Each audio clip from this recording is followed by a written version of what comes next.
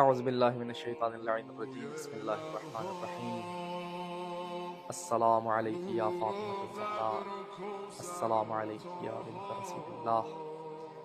ہمارا سلام ہو مختار پیغمبر جناب فاطمۃ الزہراء سلام اللہ علیہا کی ذات بابرکت پر۔ جناب فاطمہ زہرا سلام اللہ علیہا کے جہاں اتنے القاب وہاں ان کا ایک لقب ہے شفیعہ روز جزا، کہ جناب زہرا کو خداوند متعال نے روز جزا شفاعت کا حق عطا فرمایا کہ جناب زہرا جسے چاہیں گی شفاعت کر کے جنت میں لے جائیں گی، اور یقیناً شفیعہ روز جزا ہے جناب زہرا۔ میدان محشر میں تو شفاعت انشاءاللہ ہماری آپ کو خداوند متعال سب کو نصیب فرمائے جناب زہرا کی شفاعت، لیکن میدان محشر سے بھی پہلے بہت سے ایسے مراحل ہیں جہاں پر جناب زہرا شفیعہ بن کے اپنے محب کو بچانے کے لیے آ جائیں۔ اور کیسے ہیں جناب زہرا شفیعہ؟ تاریخ میں ایک بڑا خوبصورت واقعہ ملتا ہے کہ جس سے جناب زہرا کے شفیعہ ہونے کو میں اور آپ سمجھ سکتے ہیں۔ ملتا ہے کہ دو مؤمنین امام رضا علیہ السلام کی زیارت کے لیے عازم سفر تھے۔ سفر کرتے کرتے مولا کے روزے کے قریب پہنچ کے ایک مومن دنیا سے کوچ کر جاتا ہے سفر آخرت کی طرف۔ اب دوسرا مومن یہ تصور کرتا ہے، یہ سوچتا ہے کہ یہ مومن کیونکہ میرے ساتھ آیا تھا کہ امام کی زیارت کر کے اس دنیا سے اگر جاتا تو بہتر ہوتا۔ یہ کہتا ہے کہ اب یہ آ تو گیا تھا، اگرچہ اس کو نصیب نہیں ہوئی زیارت، میں کم از کم اتنا کروں کہ اس کی میت کو غسل و کفن کے بعد مولا کے حرم کا طواف کرواؤں، اور طواف کروانے کے بعد اس کو اپنی سفر آخرت کروانا۔ یہ جاتا ہے، اسے غسل کفن کے بعد مولا کے حرم میں طواف کرواتا ہے، اور اس کے بعد سفر آخرت میں روانہ کرتا ہے۔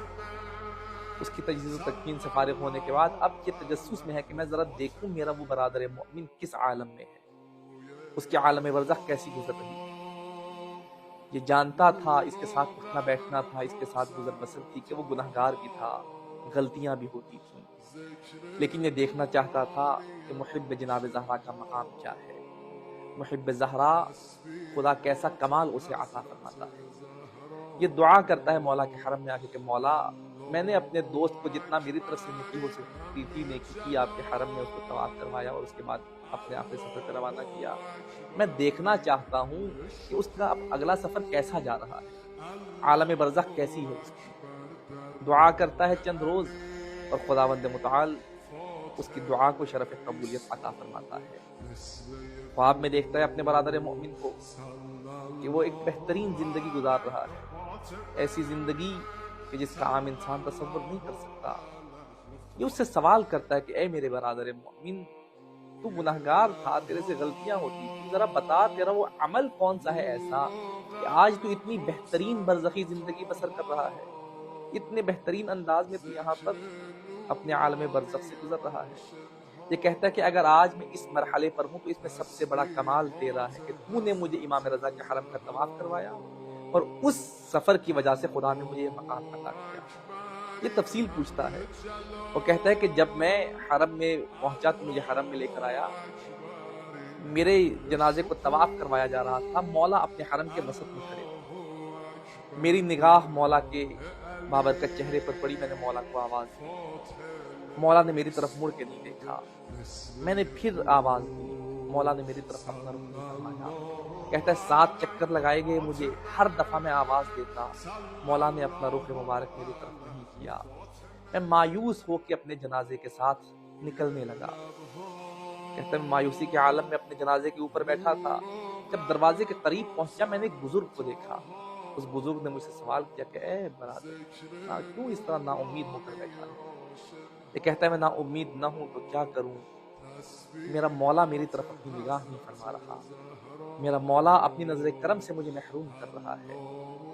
یہ کہتا ہے کہ اگر تو چاہتا ہے، اس بزرگ نے مجھے کہا کہ اگر تو چاہتا ہے تیرا مولا تجھ پر نظر کرم بھی کرے اور تیری مدد بھی کرے، میں تجھے ایک ایسا وسیلہ بتاتا ہوں، اس وسیلے کو کوئی بھی معصوم رد نہیں کرتا، یہیں سے مولا کو مولا کی جدہ فاطمہ زہرا کا واسطہ دے کر دے گا۔ یہ کہتا ہے میرے کانوں سے وہ آواز ٹکرائی، میں نے وہیں دروازے سے مولا کو آواز دی، مولا آپ کو آپ کی جدہ زہرا کی ہستیوں کا واسطہ میری مدد فرمائیں۔